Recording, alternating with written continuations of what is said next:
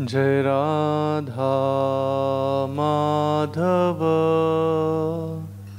कुंज बिहारी।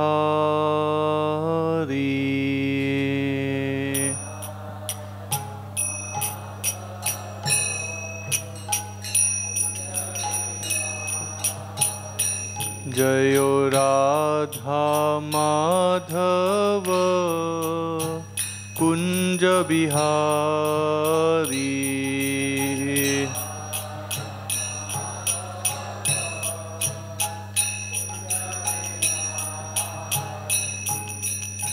गोपीजन वल्लभ गिरिवरधारी।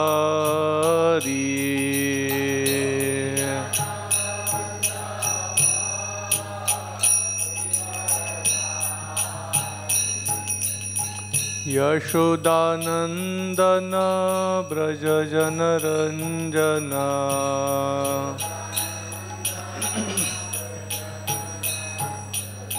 यशोदानंदन ब्रज जनरंजना।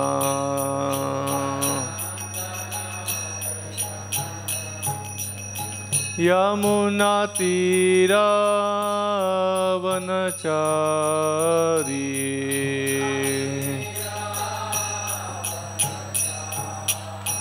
यमुना तीरावनचारी।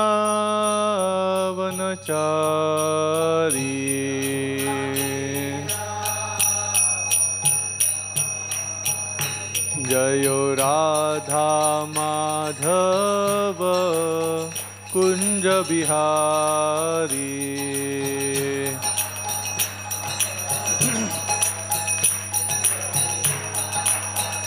जयो राधा माधव कुंज बिहारी।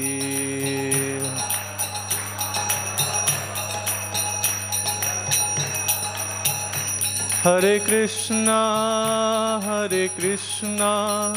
कृष्णा कृष्णा हरे हरे, हरे रामा राम राम हरे हरे।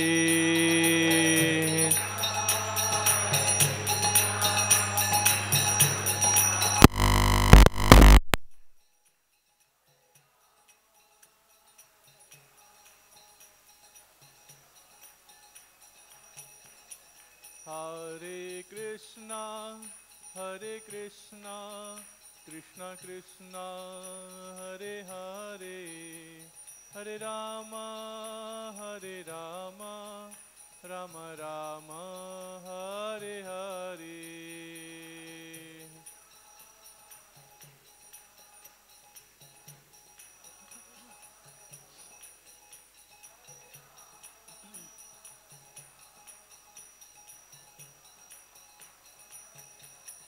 हरे कृष्णा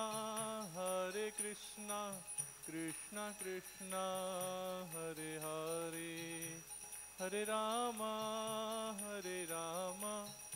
राम राम हरे हरे।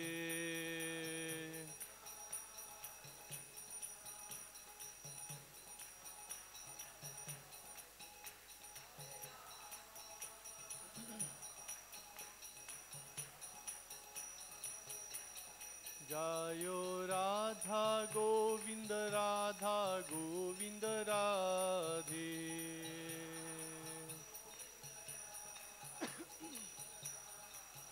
जयो गौरानिताय जय गौरानिताय, गौरानिताय जयो गौरानिताय।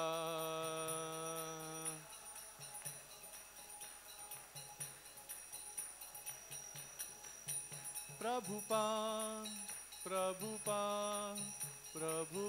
जय जय प्रभुपाद।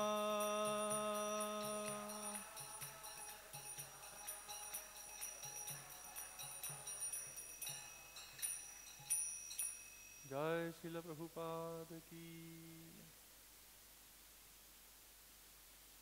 ओम नमो भगवते वासुदेवाय।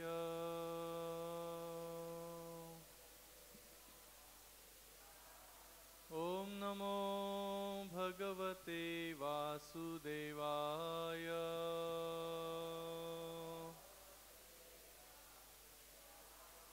ओम नमो भगवते वासुदेवाय।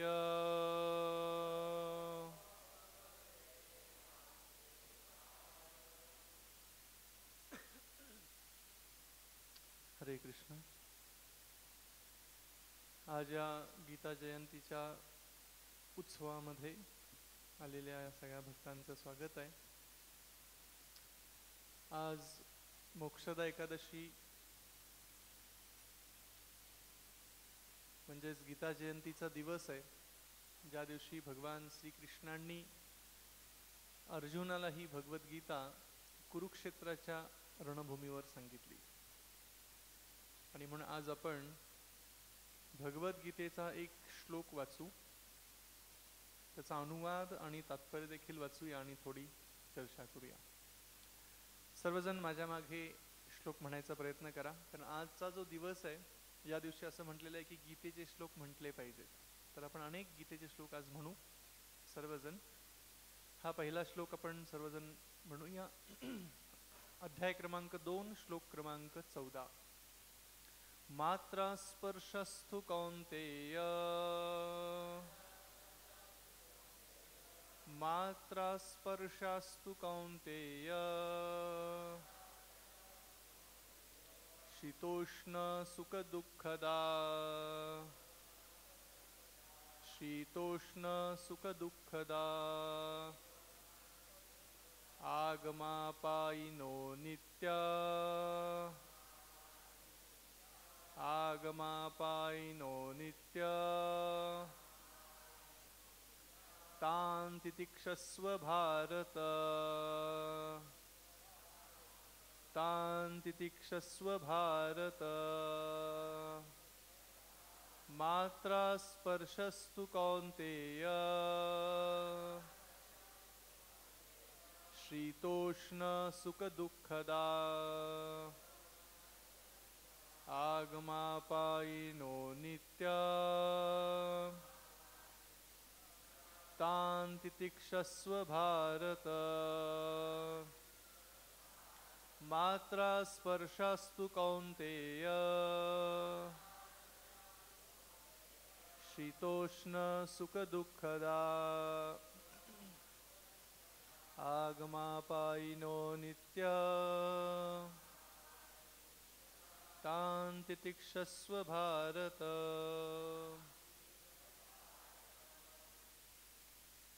याचा अनुवाद असा आहे, हे कौन्तेय,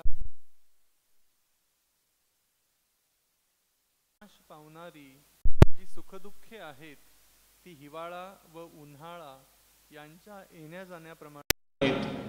हे भरत वंशजा, ती सुखदुःखे इंद्रियांना होणाऱ्या जाणीवेपासून निर्माण होतात आणि मनुष्याने ती क्षुब्ध न होता सहन करण्यास शिकले पाहिजे।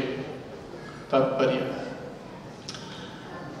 श्रील प्रभुपादांच्या द्वारा योग्य कर्तव्य पालनासाठी एखाद्याने अनित्य असणाऱ्या सुखदुःखांची उत्पत्ती विनाश सहन करण्यास शिकलेच पाहिजे।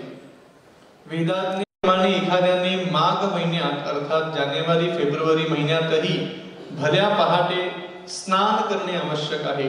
त्यावेळी अतिशय थंडी असते, तरीही जे धार्मिक तत्वांचे पालन करतात ते अशा वेळी स्नान करण्यास मागे पुढे पाहत नाहीत। त्याचप्रमाणे मे जून महिन्यातही कडक उन्हाळ्यातही स्त्री ही स्वयंपाकघरात स्वयंपाक करण्यास मागे पुढे पाहत नाही। प्रतिकूल हवामानातही मनुष्याने आपले कर्तव्य पालन केलेच पाहिजे। त्याचप्रमाणे युद्ध करणे हे क्षत्रियाचे धार्मिक तत्व आहे आणि जरी एखाद्या क्षत्रियाला आपला मित्र किंवा नातेवाईक यांच्या बरोबर युद्ध करावे लागले तरी त्याने त्याच्या नियत कर्मापासून ढळू नये। ज्ञान स्तरापर्यंत उन्नत होण्यासाठी एखाद्याने नियत विधिविधानांचे पालन करणे आवश्यक आहे, कारण केवळ ज्ञान आणि भक्तीद्वारेच मनुष्य मायेच्या तावडीतून स्वतःला मुक्त करू शकतो। अर्जुनाला ज्या 2 नावांनी या ठिकाणी संबोधण्यात आले आहे ते सुद्धा महत्त्वपूर्ण आहे। त्याला कौन्तेय नावाने संबोधल्यामुळे त्याच्या आईकडील बाजूचा थोर रक्ताच्या नातेवाईकांचा बोध होतो आणि भारत या नावाने संबोधल्यामुळे त्याच्या पित्याकडील असणाऱ्या महानतेचा बोध होतो. दोन्ही बाजूंनी त्याचा वारसा थोर होता. थोर वारशामुळे योग्य कर्तव्य पालनाची जबाबदारी वाढते. म्हणून अर्जुन युद्ध करण्याचे टाळू शकत नाही. ओम ज्ञानतिमिरस्य ज्ञानाञ्जनशलाकया चक्षुरुन्मीलितं येन तस्मै श्रीगुरवे नमः. श्रीचैतन्यमनोभीष्टं स्थापितं येन भूतले स्वयं रूप कदा मह्यं ददाति स्वपदान्तिकम्. वन्देऽहं श्रीगुरो श्रीयुतापदकमलं श्रीगुरून् वैष्णवांश्च श्रीरूपं साग्रजातं सहगण रघुनाथान्वितं तं सजीवं साद्वैतं सावधूतं परिजनासहितं कृष्ण चैतन्यदेवं श्रीराधा कृष्णपदां सहगण ललिता श्रीविशाखान्वितांश्च नमो विष्णुपदाय कृष्णप्रेष्ठाय भूतले श्रीमते भक्तिवेदान्त स्वामीति नामिने. नमस्ते सरस्वती देवे गौरवाणी प्रचारिणे निर्विशेष शून्यवादी पाश्चात्य देशतारिणे. वाञ्छाकल्पतरुभ्यस्य कृपा सिन्धुभ्य एव च पतितानां पावनेभ्यो वैष्णवेभ्यो नमो नमः. जय श्री कृष्ण चैतन्य प्रभु नित्यानंद श्री अद्वैत श्रीवासदि गौर भक्त वृंद. हरे कृष्णा कृष्णा कृष्णा हरे हरे हरे राम राम राम हरे हरे.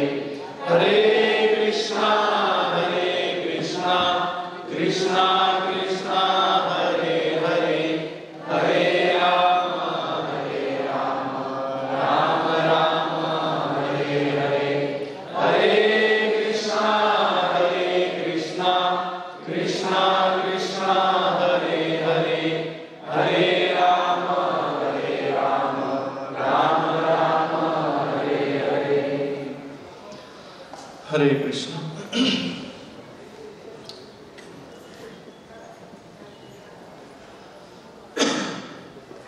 भगवत गीता हा जो ग्रंथ आहे, या ग्रंथाला एक अतिशय असं मोठं महत्व देण्यात आलेलं आहे. गीता महात्म्यामध्ये गीतेचं देखील वर्णन अनेक वेगवेगळ्या सुंदर श्लोकांच्या मध्ये करण्यात आलेलं आहे की भगवत गीता ही प्रत्येकाच्या जीवनामध्ये किती महत्वाची आहे. आपण अनेक प्रवचनांच्या मध्ये किंवा भगवद्गीतेचा अभ्यास करताना एक गोष्ट प्रामुख्याने पाहिलेली आहे की भगवद्गीता ही अशी कोणत्या एका ठराविक धर्माच्या लोकांसाठी नाही आहे. भगवद्गीता ही सर्वांसाठी आहे. प्रत्येक मानव जातीसाठी किंवा प्रत्येक मनुष्यासाठी भगवद्गीता आहे. लहान मुलांच्या पासून ते वृद्धांच्या पर्यंत या सर्वांसाठी ती भगवद्गीता आहे. आणि या भगवद्गीतेमध्ये व्यवस्थापनेचं देखील सुंदर प्रशिक्षण देण्यात आलेलं आहे. अर्थात ज्याला आपण मॅनेजमेंट म्हणतो, हे मॅनेजमेंट देखील भगवद्गीतेमध्ये फार सुंदररित्या वर्णन करून सांगण्यात आलेलं आहे. आता हे भगवद्गीतेचं तत्वज्ञान जीवनामध्ये कसं अवलंबवायचं हे फार महत्वाचं आहे. अनेक वेळा आपण श्रवण करतो, निघून जातो. तसे कथा सांगतात म्हणे एका व्यक्तीकडे एक पोपट होता. तो पोपट त्याशी दररोज बोलायचा. आणि एकदा त्या पोपटाने विचारलं त्या माणसाला की तू कुठे चाललायस, दररोज कुठे जातोयस? तर तो मालक म्हणाला, गेली अनेक दिवस मी एका भगवद्गीतेच्या प्रवचनाला जातो. पोपटाला आनंद झाला की माझा मालक दररोज भगवद्गीतेचे प्रवचन ऐकण्यासाठी जातोय. दुसरा दिवस उजाडला. तो मालक नित्य नियमाने सकाळी भगवद्गीतेच्या वर्गाला निघाला होता. पोपटाने विचारलं, आज एक माझा प्रश्न तुमच्या त्या कथाकारांना विचाराल का? मालक म्हणला, ठीक आहे, काय प्रश्न आहे तुझा? पोपट म्हणाला की त्यांना विचारा की मी ह्या पिंजऱ्यातून कसा मुक्त होऊ शकेन? मालकाने म्हटलं, ठीक आहे, मी जाईन आणि आजच्या एकदा कथा संपली की मी विचारेन. नेहमीप्रमाणे कथा झाली. कथाकारांनी प्रश्न केला, काही प्रश्न आहे का? आणि मग ह्या व्यक्तीने हात वर करून विचारलं की माझ्या पोपटाने विचारलेलं आहे की त्याची त्या पिंजऱ्यातून सुटका, मुक्तता कधी होईल? आणि हा प्रश्न ऐकल्यानंतर जे कथाकार होते ना, ते असे मूर्छित होऊन व्यासासनावर खाली पडले. बिचारा प्रश्न विचारणारा घाबरला. म्हणजे असं काय प्रश्न विचारला की जेणेकरून कथाकार मूर्छित होऊन खाली पडलेले? काय समजलं नाही त्याला देखील. थोड्या वेळानंतर ते पुन्हा भानावर आले. तो व्यक्ती देखील घरी निघून गेला. पोपटाने विचारलं, माझा प्रश्न विचारला आणि काही उत्तर मिळालं का? तेव्हा तो मालक म्हणाला की मी प्रश्न तर विचारला पण त्याने उत्तर नाही दिलं. मी जसा प्रश्न विचारला ते मूर्छित होऊन व्यासासनावरून खाली पडले. पोपटाने मनामध्ये विचार केला की मला उत्तर मिळालेलं आहे. दुसऱ्या दिवशी सकाळी पुन्हा हा व्यक्ती नियमितप्रमाणे कथेला निघाला होता. पिंजऱ्यामध्ये पाहतोय तर काय, पोपटाने मान टाकलेली होती. पोपट मृत्युमुखी पडलेला होता. यांनी पिंजरा उघडला, त्या पोपटाला हातामध्ये घेतलं, त्याच्याशी प्रेमाने तो बोलू लागला की अरे उठ, इतक्या दिवस तू दररोज माझ्याशी बोलायचं, आता का बोलत नाहीस? आणि हातामध्ये घेऊन असं बोलत असताना अचानक त्या पोपटाने आपले डोळे उघडले आणि पंख फडफडत तो आकाशामध्ये उडून गेला. याला काहीच कळेना. झालं, पिंजरा बंद केला, आतमध्ये पोपट तर नाहीये. कथेला परत आला आणि कथा झाली. कथा झाल्यानंतर कथाकारांची चर्चा सुरू केली की असं काय झालं की काल तुम्हाला मी प्रश्न विचारला आणि तुम्ही मूर्छित पडलात. कथाकार म्हणाले, अरे हे बघ, तू दररोज कथेला येतोयस, भगवद्गीता श्रवण करतोयस, पण भगवद्गीता आचरणात कशी आणावी हे तुला समजलेलं नाहीये. पण तो पोपट भगवद्गीतेचं श्रवण करत नव्हता, पण माझ्या कृतीवरून त्याला समजलं की कसं मुक्त व्हायचंय. म्हणजे हाच फरक आहे आपल्यामध्ये आणि त्या पोपटामध्ये. ते म्हणाले की ते पोपटाला कळून चुकलं की बाबा मला मुक्त व्हायचंय म्हणजे मला अशी काहीतरी एक कृती करावी लागेल की मी मुक्त होईल. आणि म्हणून त्यांनी ते असं सोंग केलं की मृत्युमुखी पडलेलं आणि मग बरोबर त्याला बाहेर काढले, तो उडून गेला. तात्पर्य असं आहे की जेव्हा एखादा व्यक्ती या भौतिक जगामध्ये कार्य करत असतो, अध्यात्माच्या संघामध्ये येतो, आपण नेहमी प्रवचन ऐकतो, गीता श्रवण करतो, सत्संगामध्ये येतो, एवढं करून देखील हृदयाचं परिवर्तन कधी कधी होत नाही. भगवद्गीता काही ना, भगवद्गीतेचे 700 श्लोक तोंडपाठ आहेत. धर्मक्षेत्रे कुरुक्षेत्रे पासून सुरू केलं की शेवटच्या श्लोकापर्यंत ते जाऊन थांबतं. पण भगवद्गीता जीवनामध्ये कशी अवलंबवायची हेच त्यांना माहिती नाहीये. अनेकांचे भगवद्गीता तोंडपाठ आहेत, पण जीवनामध्ये काही समस्या आली तर ती समस्या सोडवायची कशी हे माहिती नाहीये. म्हणून आज आपण काही ठराविक प्रश्नांच्यावर चर्चा करणार आहोत की ज्या भगवद्गीतेवरती आधारलेले प्रश्न आहेत. जसं काही जण म्हणतात की भगवान श्रीकृष्णांनी अर्जुनाला भगवद्गीता सांगितली आणि हिंसा करायला प्रेरित केलेलं आहे. आम्ही सांगतो भगवंतांनी हिंसा करायला प्रेरित केलेलं नाहीये.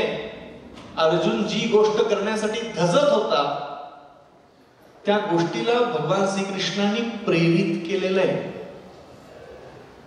भगवान श्रीकृष्णाने अर्जुनाला शिकवलं का कसा बाण मारायचा, की धनुष असा धरला पाहिजे हातामध्ये आणि बाण असा ओढला पाहिजे, प्रत्युंच्या ओढली पाहिजे आणि समोरच्या व्यक्तीवरती कसा नेम धरायचा, हे काय अर्जुनाला शिकवलं का भगवान श्रीकृष्णांनी? नाही, द्रोणाचार्यांनी ते शिकवलेलं होतं. स्किल द्रोणाचार्याने शिकवलं, विल भगवान श्रीकृष्णांनी शिकवलं की ते कसं स्ट्रॉंग करणं आवश्यक आहे. भगवान श्रीकृष्णाने हे नाही सांगितले की अरे अर्जुन बघ समोर तो उभारलेला आहे त्याला कसं मारायचं, हे नाही सांगितलं. पण अर्जुनाची इच्छाशक्ती जागृत करण्याचं कार्य भगवान श्रीकृष्णाने केलं ज्ञान देऊन. भगवद्गीतेमध्ये अशा अनेक गोष्टींचं सुंदर वर्णन येतं.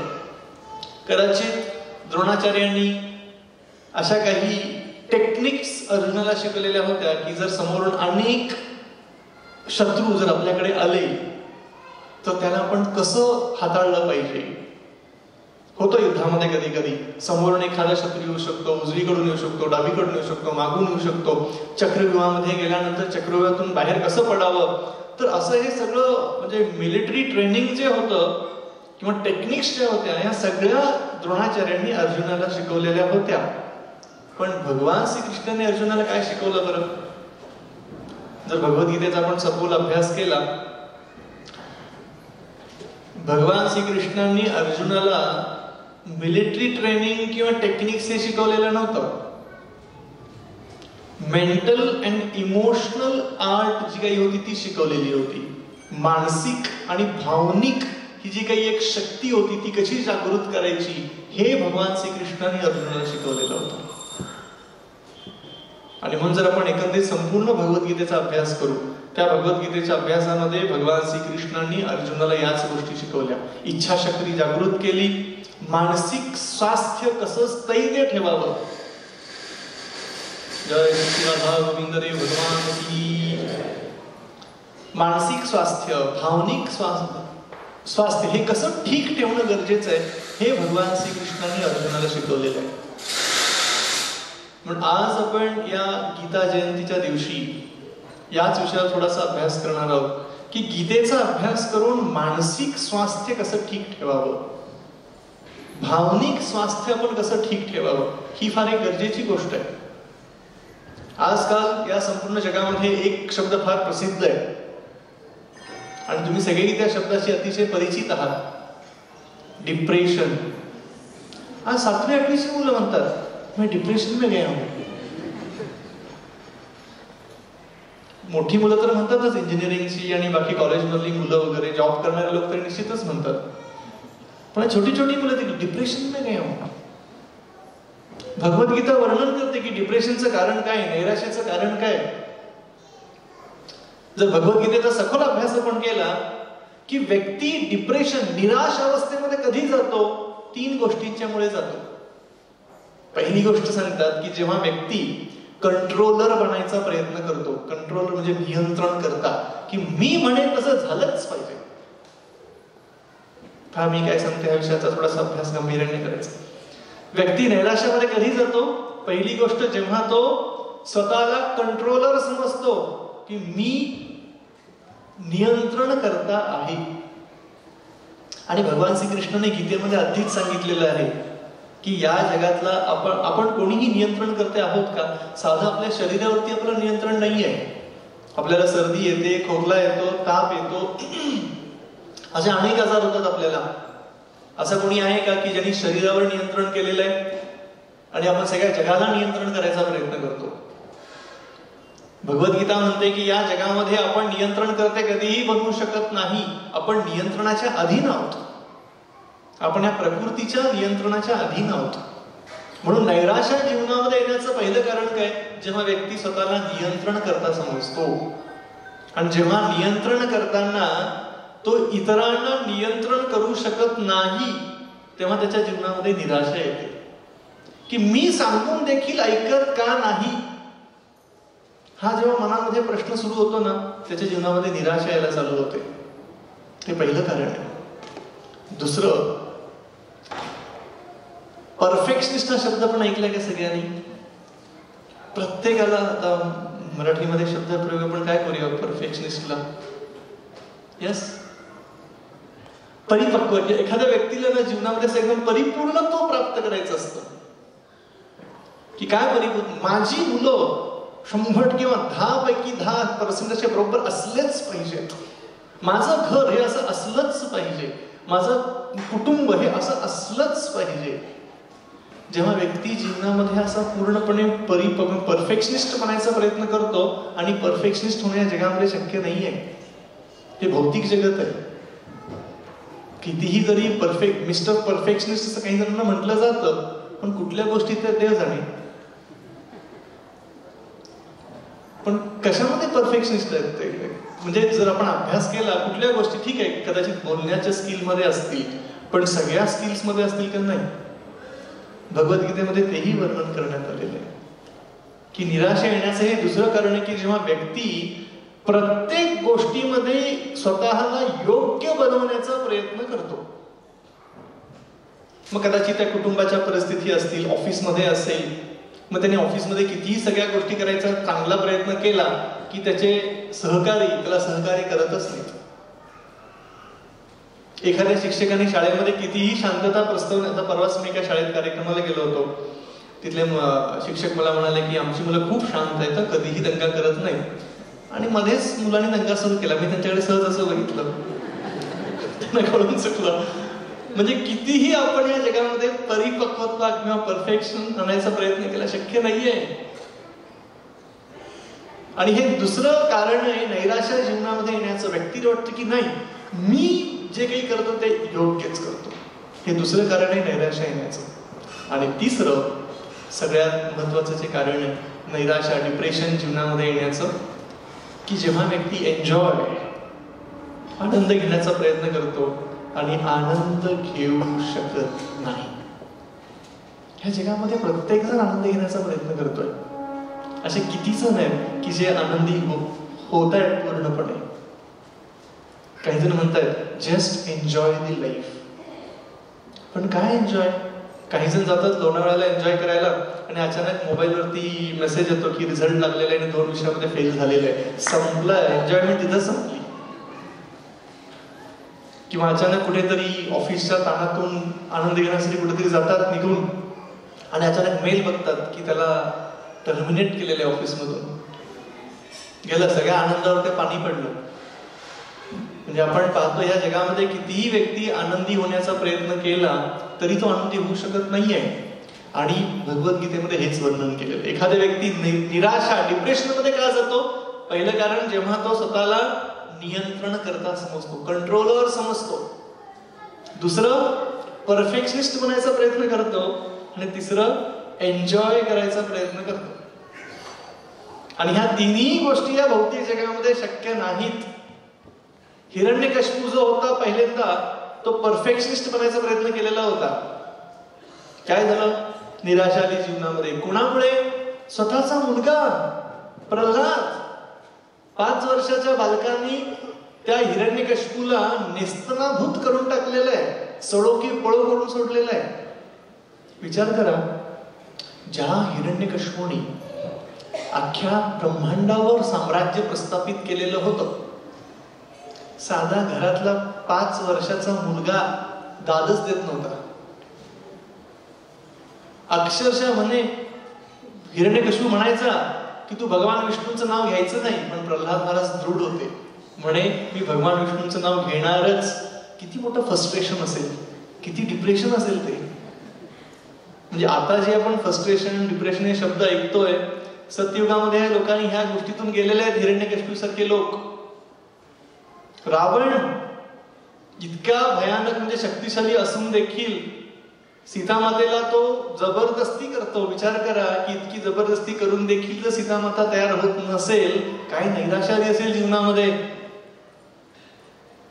आणि म्हणून भगवद्गीता आपल्याला या सगळ्या गोष्टीमध्ये मदत करते की या सगळ्या गोष्टीतून बाहेर कसं पडणं आवश्यक आहे. पण भगवद्गीतेचा जो अभ्यास आहे तो हा असाच आहे की निराशा, तणाव या सगळ्या गोष्टीतून बाहेर पडण्यासाठी भगवद्गीता आपल्याला मदत करते. आणि यासाठी जर सखोल अभ्यास आपण केला भगवद्गीतेचा, की या सखोल अभ्यासातून आपल्याला हे निश्चित कळतं, जर मनुष्य जीवन एक व्यवस्थित व्यतीत करायचं असेल तर त्यासाठी या गीतेची आपल्याला आवश्यकता आहे. जसं आणखीन एक कथा सांगतात.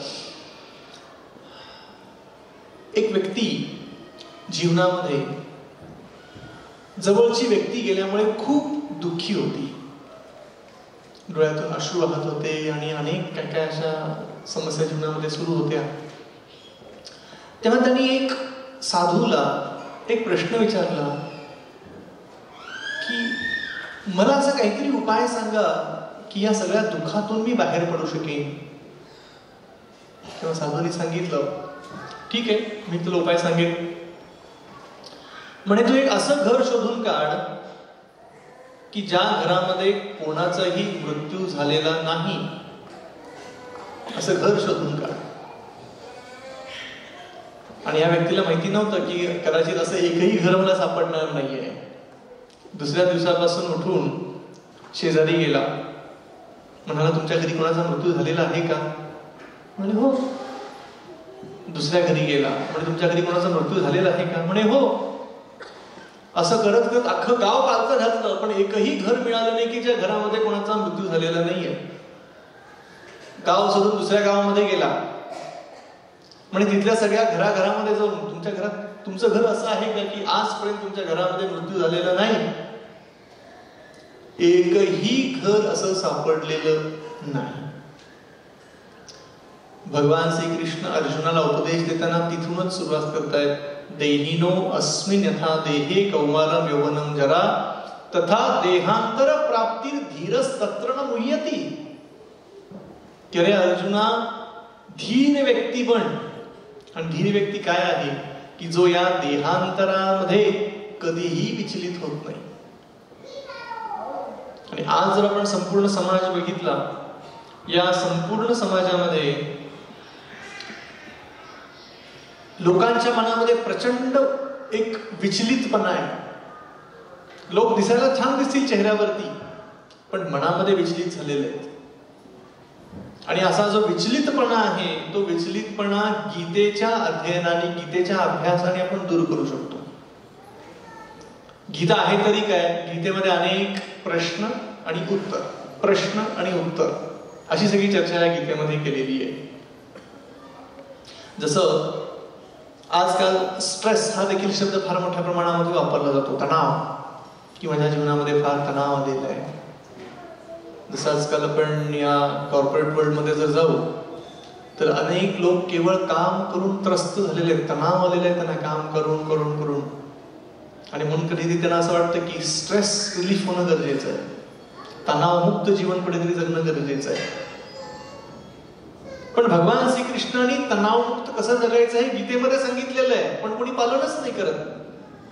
तणावमुक्त जगण्यासाठी काय करणं आवश्यक आहे? समजा आज कित्येक जण कंपनीमध्ये मोठ्या मोठ्या पदावरती असतात, प्रचंड तणाव असतो, आणि या तणावाचं कारण गीतेमध्ये सांगितलेलं आहे. काय सांगितलेलं आहे गीतेमध्ये? भगवान श्रीकृष्ण म्हणतायत, कर्मण्येवाधिकारस्ते मा फलेषु कदाचन. म्हणजे तू कर्म कर, पण तणावातून मुक्त जर व्हायचं असेल ना, कर्म करताना फळाची अपेक्षा ठेवू नकोस. जर फळाची अपेक्षा ठेवलास, तणाव, स्ट्रेस येणार. आणि आजकाल प्रत्येकाला स्ट्रेस येतो का? फळाची अपेक्षा ठेवलेली आहे. जो कोणी व्यक्ती काम करत असतो, फळाची अपेक्षा ठेवतो. आणि मग भगवद्गीता काय म्हणते? भगवद्गीतेमध्ये सुंदर वर्णन केलेलं आहे. तुमचं कर्तव्य कर्म करत राहा, पण फळाची अपेक्षा ठेवू नका. फळाची अपेक्षा ठेवाल तर दुःखी व्हाल. म्हणून इंग्लिशमध्ये असं म्हणतात की बी ड्युटीफुल अँड बी ब्युटिफुल. कर्तव्य दक्ष राहा आणि जीवनामध्ये सुंदर बना, पण फळाची अपेक्षा ठेवू नका. आणि गीता हेच आपल्याला वर्णन करून सांगते की कोणीही या भौतिक जगामध्ये फळाची अपेक्षा ठेवून कार्य कराल तर दुःखच पदरात येईल. तर आज आपण थोडंसं मुख्य विषयाकडे वळूया की काय आहे भगवद्गीता. थोडासा इतिहास बघूया. जास्ती सखोल नाही जाणार आपण, पण थोडासा इतिहास बघू की भगवद्गीतेची सुरुवात ही कशी झालेली आहे. सर्वांनी जे जे कुरुक्षेत्राला गेलेले असतील थोडं कुरुक्षेत्राचं चिंतन करू. कुरुक्षेत्राची मोठी युद्धभूमी आहे. एका बाजूला कौरवांचं सैन्य आहे, एका बाजूला पांडवांचं सैन्य आहे. आणि हे सैन्य किती होतं बरं? त्याची गणती देखील महाभारतामध्ये दिलेली आहे. 11 अक्षयोनी सैन्य हे कौरवांचं होतं, 7 अक्षयोनी सैन्य हे पांडवांचं होतं. आता 1 अक्षयोनी म्हणजे काय त्याचं देखील वर्णन महाभारतामध्ये आहे. म्हणजे 21,870 रथ, 21,870 हत्ती, पहा किती मोठी संख्या आहे. आणि त्यानंतर 65,610 घोडे किंवा घोड्यावरती स्वार झालेले सैनिक आणि चालत जाणारे असे सैनिक सगळे जर बघितले तर जवळजवळ ते लाखाच्या घरामध्ये 1 लाखाच्या आसपास त्याची गणती करण्यात आलेली आहे. तर एवढी संख्या ही एका अक्षयोनीची सांगितलेली आहे. आणि कौरवांचं जर आपण बघितलं तर 11 अक्षयोनी सैन्य होतं, पांडवांचं 7 अक्षयोनी सैन्य होतं. हे दोन्हीही एकमेकासमोर आलेले आहेत युद्ध करण्यासाठी. आणि अर्जुनाला आता हे पाहायचं आहे की माझ्या समवेत युद्ध करायला कोण कोण आलेले आहेत. आता युद्ध करायची काय वेळ आली बरं? कारण त्या दुर्योधनाने ठरवलं पांडव जे देखील वारसदार आहेत ह्या राज्यासाठी त्या पांडवांना सुईच्या टोकावर देखील बसेल अशी जागा द्यायची नाही, हे दुर्योधनाने ठरवलेलं होतं.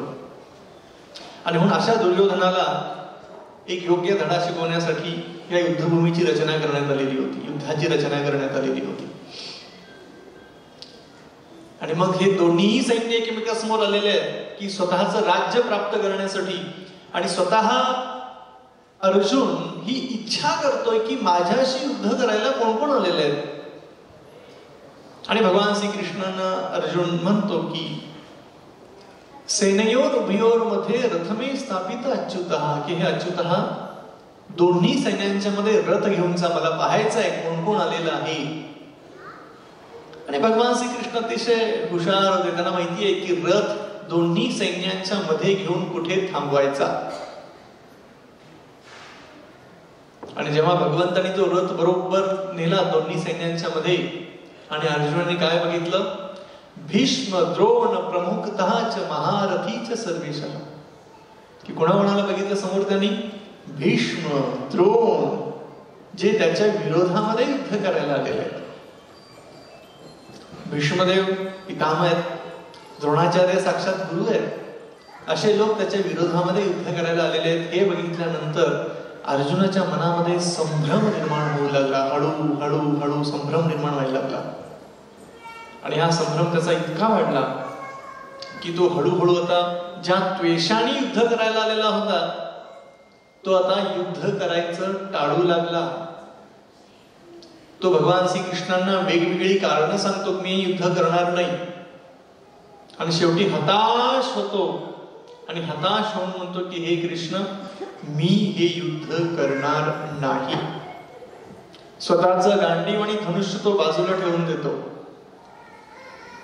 तर हा एक थोडक्यात पार्श्वभूमी आहे की भगवद्गीतेला सुरुवात कशी झालेली आहे.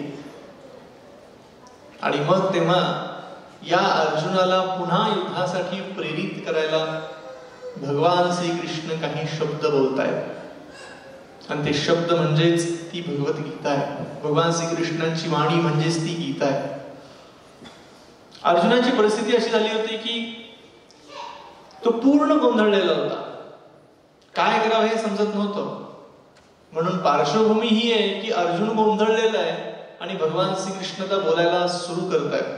म्हणून भगवद्गीता काय हा दुसरा प्रश्न आहे की भगवद्गीता म्हणजे अर्जुनाने विचारलेले प्रश्न, भगवान श्रीकृष्णांनी दिलेली त्याची उत्तर आहेत.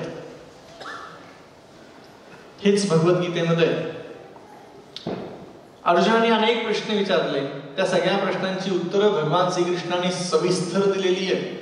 जर आपण गीतेच्या 18 अध्यायांचा अभ्यास करू, पहिल्या अध्यायापासून ते 18व्या अध्यायापर्यंत अनेक असे वेगवेगळे प्रश्न अर्जुनाने विचारलेले आहेत. आणि त्या प्रश्नांची उत्तरं भगवंतांनी सविस्तर दिली. म्हणजे भगवद्गीता म्हणजे काय?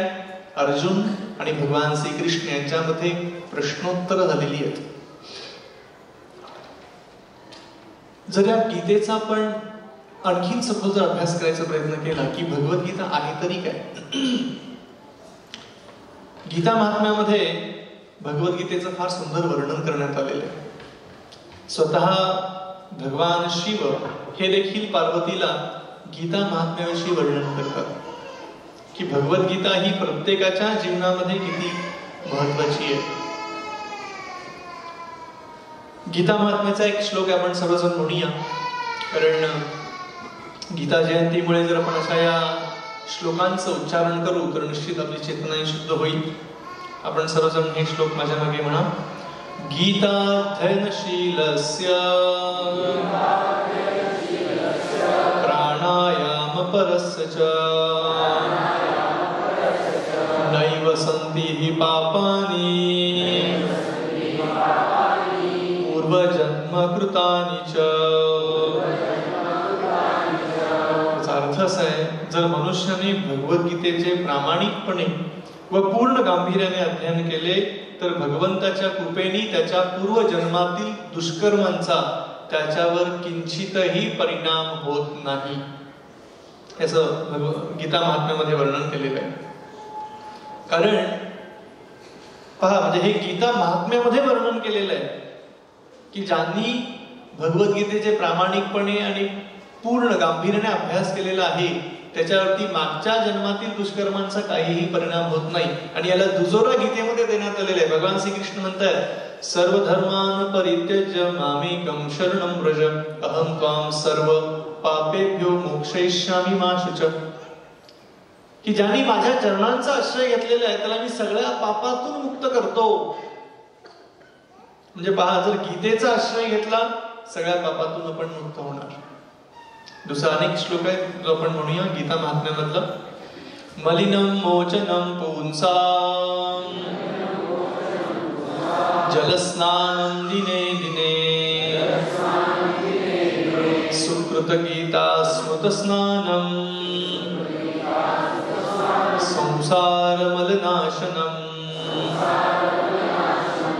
प्रतिदिन मनुष्य पाण्याने स्नान करून स्वच्छ होत असेल, पण जर एखाद्याने एकदा सुद्धा पवित्र जलरूपी भगवद्गीतेमध्ये स्नान केले तर त्याची भौतिक जीवनाची मलिनता पूर्णतः नष्ट होते. शरीर स्वच्छ करण्यासाठी आपण दररोज स्नान करतो, पण जीवनातील मलिनता स्वच्छ करण्यासाठी गीतेमध्ये स्नान करणं गरजेचं आहे, हे गीता महात्म्यामध्ये वर्णन करण्यात आलेलं आहे. म्हणून भगवद्गीता आहे तरी काय, जो दुसऱ्या प्रश्नाची आपण चर्चा करतोय. भगवद्गीता म्हणजे भगवान श्रीकृष्ण अर्जुन यांच्यामध्ये संवाद, प्रश्नोत्तर. पण भगवद्गीता म्हणजे आहे काय, आपल्याला पापातून मुक्त करणारा हा ग्रंथ आहे. केवळ त्या ग्रंथाच्या अध्ययनाने आपण या पापातून मुक्त होऊ शकतो. भगवद्गीता आहे तरी काय, गीता महात्म्यामध्ये अनेक श्लोक आहेत, पण एवढे श्लोक घेण्यासाठी आपल्याकडे वेळ नाही. हा एक श्लोक आपण सर्वजण म्हणूया की पहा काय भगवद्गीता आहे. एकं शास्त्रं देवकी पुत्र गीतम् एको देवो देवकी पुत्र एव एको मंत्रस्य नामानि यानि कर्माप्येक्य तस्य देवस्य सेवा. काय आहे भगवद्गीता? एकम शास्त्रम देवकी पुत्र गीतम. एकच शास्त्र आहे, देवकी पुत्र गीतम. कोण आहे देवकी पुत्र? भगवान श्रीकृष्ण. त्यांनी जे गायलेलं गीत आहे भगवद्गीता हे एकच शास्त्र आहे. एको देवो देवकी पुत्र एव. देव एकच आहे, भगवंत एकच आहे. कोण आहे? भगवान श्रीकृष्ण. एको मंत्रस्य नामानि यानि. मंत्र एकच आहे, महामंत्र हा एकच आहे. हरे कृष्णा कृष्णा कृष्णा हरे हरे, हरे राम हा महामंत्र एकच आहे. आणि कर्माप्यक्यतस्य देवस्य सेवा, एकच कर्म करायचं आहे, भगवंताची सेवा. जसं कलियुगामध्ये ऑल इन वन असं म्हटलं जातं की सगळ्यांना एक असं पॅकेज असतं की सगळं ते एकातच येणं गरजेचं आहे. ऑल इन वन म्हटलं जातं. एखादी अगरबत्ती असेल किंवा एखाद्या मॉलमध्ये गेलो आपण काही खरेदी करायचं असेल, आपण सगळं असंच काहीतरी पॅकेज पाहतो की सगळं एकत्र घेणं गरजेचं आहे. तसं भगवद्गीतेमध्ये ऑल इन वन आहे. काय आहे याच्यामध्ये? एकम शास्त्रम देवकी पुत्र गीतम. अनेक शास्त्र आहेत, भगवद्गीता पुरे. एको देव देवकी पुत्र एवम, भगवान श्रीकृष्णाला स्वीकार करा जे गीतेमध्ये आहेतच. एको मंत्रस्य नामानी यानी, एकच मंत्र आहे हा हरे कृष्ण महामंत्र. एकच कर्म आहे भगवंताची सेवा. हे सगळं काही या गीतेमध्ये वर्णन केलेलं आहे. म्हणून गीता आहे तरी काय? गीता भगवान श्रीकृष्ण अर्जुन यांच्यामधला संवाद आहे. पण गीता आहे काय की ही गीता आपल्याला या दुःखातून, पापमय जीवनातून मुक्त करू शकते. ही भगवद्गीता आहे. तिसरी चर्चा आपली अशी आहे की भगवान श्रीकृष्णाने ही जी सांगितलेली भगवद्गीता आहे, या भगवद्गीतेचा आपण अभ्यास कसा करावा, वाचन कसं करावं. अनेकांच्या मनामध्ये अनेक प्रश्न असतात की या गीतेचा आपण अभ्यास कसा करावा, हे वाचन कसं करावं. की जसं काही जणांना वाटतं की मी ह्या गीतेला स्पर्श करणार नाही, फार पवित्र आहे. कधी कधी पुस्तक वितरणामध्ये आपल्याला अनुभव येतो. आपले बरेच भक्त जेव्हा पुस्तक वितरणाला बाहेर जातात आणि एखादा जर औषध पिलेला व्यक्ती आपल्या समोर येतो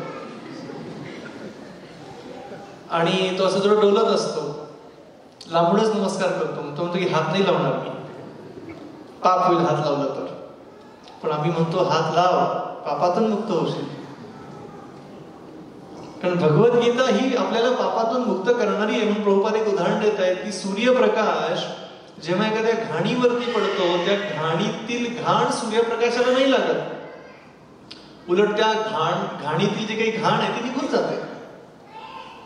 उलट स्वच्छ वातावरण त्या ठिकाणी तयार होतं. भगवद्गीता ही तशी आहे. भगवद्गीतेला जो कोणी व्यक्ती स्पर्श करेल, भगवद्गीतेबद्दल जो कोणी व्यक्ती बोलेल, जो व्यक्ती भगवद्गीता वाचेल, जो व्यक्ती भगवद्गीतेची पूजा करेल, त्याचं जीवन निश्चित पवित्र होणार आहे. म्हणून भगवद्गीतेचा अभ्यास कसा करावा किंवा भगवद्गीता कशी वाचावी याचं वर्णन देखील भगवद्गीतेमध्ये करण्यात आलेलं आहे.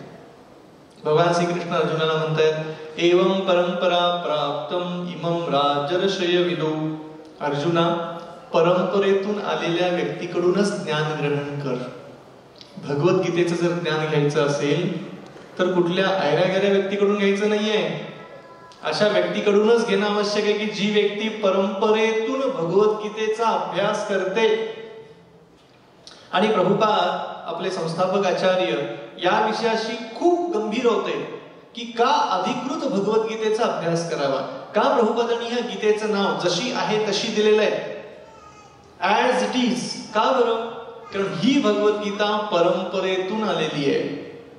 आज जगभरामध्ये अनेक गीता आहेत, अनेक गीता लिहिलेली आहेत, स्वतःची नावं त्यावरती टाकलेली आहेत, स्वतःची मतं त्यामध्ये घातलेली आहेत. आणि मग अशा गीतेचा जर कोणी अभ्यास करेल तर तो भगवान श्रीकृष्णांच्या सारांशापर्यंत येऊन नाही पोहोचणार. आणि यासाठी परंपरेतून आलेल्या गीतेचा अभ्यास का करावा? कारण परंपरेतून अनेक आचार्य, अनेक साधूंनी जसं आहे तसं ज्ञान हे दिलेलं असतं. आणि म्हणून अधिकृत गीतेचाच अभ्यास करणं गरजेचं आहे. आणि ही जी भगवद्गीता आहे ती अधिकृत आहे, की गुरु शिष्य परंपरेतून आलेली भगवद्गीता आहे. आणि म्हणून अशा गीतेचाच अभ्यास करावा. म्हणून गीतेचा अभ्यास कसा करावा? परंपरेतून आलेल्या गीतेचा अभ्यास करणं गरजेचं आहे. का परंपरा आवश्यक आहे? भगवद्गीतेमध्ये त्याचं उत्तर देण्यात आलेलं आहे. परंपरा ही का महत्वाची आहे? कार्पण्य दोषो अपहत स्वभाव पृच्छ्वामि त्वां धर्म समूढ चेता. अर्जुन भगवान श्रीकृष्णांना म्हणतो की हे भगवंता, मी गोंधळून गेलेलो आहे. शिष्यस्तेहम स्वाधी मात्वां प्रपन्नम, की मी तुमचा शिष्य होतो, मला तुम्ही आता ज्ञान द्या. आणि जेव्हा अर्जुनाने शिष्यत्व स्वीकारलं, पत्करलं, आणि भगवंत हे गुरु झाले आणि मग भगवंतांनी ज्ञान देण्यासाठी सुरुवात केलेली आहे. जर भगवद्गीतेच्या प्रथम अध्यायामध्येच गुरु आणि शिष्य असा जर संवाद येत असेल तर मग या भगवद्गीतेच्या अभ्यासाला गुरु शिष्य नको आहेत का? पाहिजेत. गुरु शिष्यांच्या शिवाय भगवद्गीता समजू शकणारच नाही. आणि यासाठी परंपरेची गरज आहे, अधिकृत व्यक्तीची गरज आहे की ज्या अधिकृत व्यक्तीने हा ग्रंथ लिहिलेला आहे आणि हा ग्रंथ परंपरेतून खाली खाली असा आलेला आहे. म्हणून अशा अधिकृत गीतेचा अभ्यास करणं हे फार गरजेचं आहे. तर त्यामुळे कसा भगवद्गीतेचा अभ्यास करावा जो आपला तिसरा प्रश्न होता. कसा करायचा आहे आपल्याला? परंपरेतून आलेल्या गीतेचाच अभ्यास करायचा आहे. चौथा प्रश्न असा आहे, भगवद्गीता कोण वाचू शकतो? काय उत्तर असेल?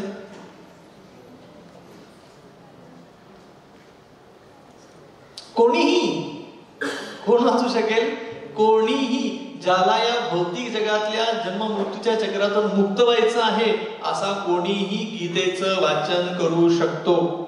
असं काही आहे का की बाबा ठराविक जातीचे लोकच, पंथाचे लोकच ही भगवद्गीता वाचू शकतात? नाही,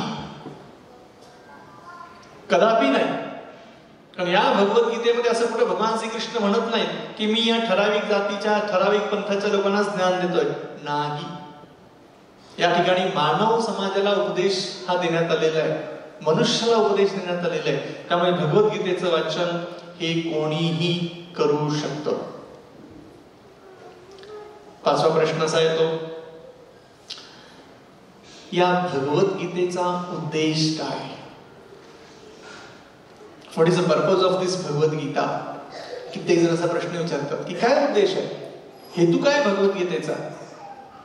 आणि या भगवद्गीतेचा हेतू हाच आहे की प्रत्येक व्यक्तीला जीवन जगण्यासाठी एक मार्गदर्शिका आवश्यक असते, एक मॅन्युअल आवश्यक असतं. आणि भगवद्गीता ही प्रत्येक व्यक्तीला मॅन्युअल सारखी कार्य करते. आणि म्हणून ह्या भगवद्गीतेमध्ये 3 मार्गांचं वर्णन करण्यात आलेलं आहे. एक आहे कर्मयोग, दुसरा आहे ज्ञानयोग आणि तिसरा आहे भक्तियोग. या 3 मार्गांचं वर्णन गीतेमध्ये भगवान श्रीकृष्ण करतायत. आता 18 अध्याय आहेत. या 18 अध्यायामध्ये पहिले 6 अध्याय, दुसरे 6 अध्याय आणि तिसरे 6 अध्याय अशी विभागणी करण्यात आलेली आहे. पहिल्या 6 अध्यायामध्ये कर्मयोगाचं वर्णन केलेलं आहे. शेवटच्या 6 अध्यायामध्ये ज्ञानयोगाचं वर्णन करण्यात आलेलं आहे आणि मधल्या 6 अध्यायामध्ये भक्ती योगाचं वर्णन करण्यात आलेलं आहे. म्हणजे हे 3ही मार्ग जे आहेत, कर्म, ज्ञान आणि भक्ती, या 3ही मार्गांचं वर्णन भगवद्गीतेमध्ये करण्यात आलेलं आहे. की कर्मयोग काय तो सांगितला, ज्ञानयोग काय तो सांगितला, भक्तियोग काय तो सांगितला. पण जो महत्वाचा भाग आहे भक्तियोग, हा भगवंतांनी बरोबर मधोमध ठेवलेला आहे, कर्म आणि ज्ञानाच्या मध्ये ठेवलेला आहे. तो कुणाच्या बाजूला नाही ठेवला, बरोबर मधोमध ठेवलेला आहे. तर म्हणून हा जो म्हणजे भगवद्गीतेचा उद्देश काय, की उद्देश हाच आहे की मनुष्याला एक योग्य मार्गदर्शन करणं की जीवनामध्ये कोणता योग आपल्याला करायचा. योग म्हणजे भगवंताशी संबंध जोडणं. मग कर्मयोग करायचंय, ज्ञानयोग करायचंय की भक्तियोग करायचंय, हे समजावून देण्यासाठी आपल्याकडे भगवद्गीता मार्गदर्शिकेप्रमाणे. मग कोणी आता प्रश्न असा विचारेल की मग ठीक आहे, भगवान श्रीकृष्णांना ही मार्गदर्शिका पुस्तिका द्यायचीच होती, मग भगवंतांनी एवढं गोंधळून का टाकलं, सगळ्यांना कन्फ्युज करून का टाकलेलं आहे? जेव्हा गीता वाचायला घेतो कधी कधी असं वाटतं कर्मयोग इज द बेस्ट, ज्ञानयोगाचा अभ्यास सुरू झाला की ज्ञानयोग बेस्ट वाटतं एकदम, आणि भक्तियोगाचा अभ्यास सुरू झाला की वाटतं अरे हा भक्तियोग सर्वश्रेष्ठ चांगला आहे. आणि सगळे भगवद्गीता वाचून झाले की कधी कधी गोंधळ निर्माण होतो मनामध्ये, कर्म करायचं, ज्ञान करायचं की योग करायचंय की भक्ती करायची आहे. तिसरा अध्याय जर वाचू ना, तिसरा अध्याय वाचल्यानंतर कर्म, जसं भगवान श्रीकृष्ण वर्णन करतात की कर्म करा, कर्म करा. मग एखादा व्यक्ती म्हणेल पहा गीतेमध्ये सांगितलेलं आहे कर्म करायला, आणि हे सगळे भक्ती करणारे कर्म सोडून देतात आणि टाळ बोटत बसतात. त्यांना माहिती नाही टाळ दुखणं देखील कर्मच आहे. मग कित्येक जण असं एकदम गोंधळून जातात की रे काय. म्हणून तर त्यासाठी परंपरेतून आलेल्या व्यक्तीकडून जेव्हा आपण गीता श्रवण करतो, अभ्यास करू, तेव्हा गीता आपल्याला समजते. नाहीतर 3ऱ्या अध्यायाचा जर आपण अभ्यास करू गोंधळून जाणार. 4थ्या अध्यायाचा अभ्यास करू. 6वा अध्याय ध्यान योग. मी सांगणार नाही, तर सगळ्यांचं ध्यान लागेल इथे. 9:15 होत आलेले जवळजवळ. आता ध्यान योगाचा अभ्यास केला. आता विचार करा की भगवान श्रीकृष्ण ध्यान योगाचं वर्णन करतात त्या ठिकाणी, की कसं आसन कसं असणं आवश्यक आहे, त्यानंतर नासिकेवरती आपण कसं लक्ष केंद्रित करणं आवश्यक आहे, मृगचर्म अंतरलं पाहिजे, एकांत शोधला पाहिजे, जंगलात गेलं पाहिजे, सगळं असं. मग कधी कधी असं वाटतं की अरे गीतेमध्ये भगवंतांनी सगळंच दिलंय का आणि गोंधळून टाकलंय का सगळ्यांना. नाही, भगवंतांनी गोंधळून टाकलेलं नाहीये. भगवंतांनीही वेगवेगळे मार्ग सांगितलेले आहेत, पण या मार्गामध्ये सर्वश्रेष्ठ मार्ग कोणता हे देखील सांगितलेलं आहे. योगिनाम अपि सर्वेषां मदगते अंतरात्मनाम श्रद्धावान भजते यो मां समयुक्त तमोमतः. एका श्लोकामध्ये सांगितलं, मी जरीही 3 योग सांगितले, ज्ञान सांगितलं, कर्म सांगितलं, भक्ती सांगितली, तर या सर्वांच्या मध्ये भक्ती योग सर्वश्रेष्ठ आहे. भक्ती योगाचं पालन करणं हे सर्वश्रेष्ठ आहे, भगवंतांनी सांगितलं. म्हणजे भगवंतांनी गोंधळून टाकलेलं नाही. मग काही जण म्हणतात की कर्मयोग म्हणजे काय. कर्मयोगाचं वर्णन देखील भगवंतांनी फार सुंदर वर्णन केलेलं आहे.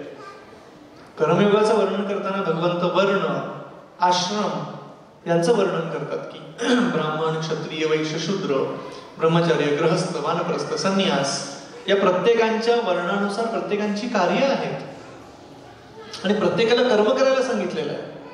पण कर्म करत असताना जर व्यक्ती सकाम कर्मामध्ये लागला तर सकाम कर्म देखील बंधनास कारणीभूत आहे. काय म्हटलं मी, सकाम कर्म देखील बंधनास कारणीभूत ठरतं.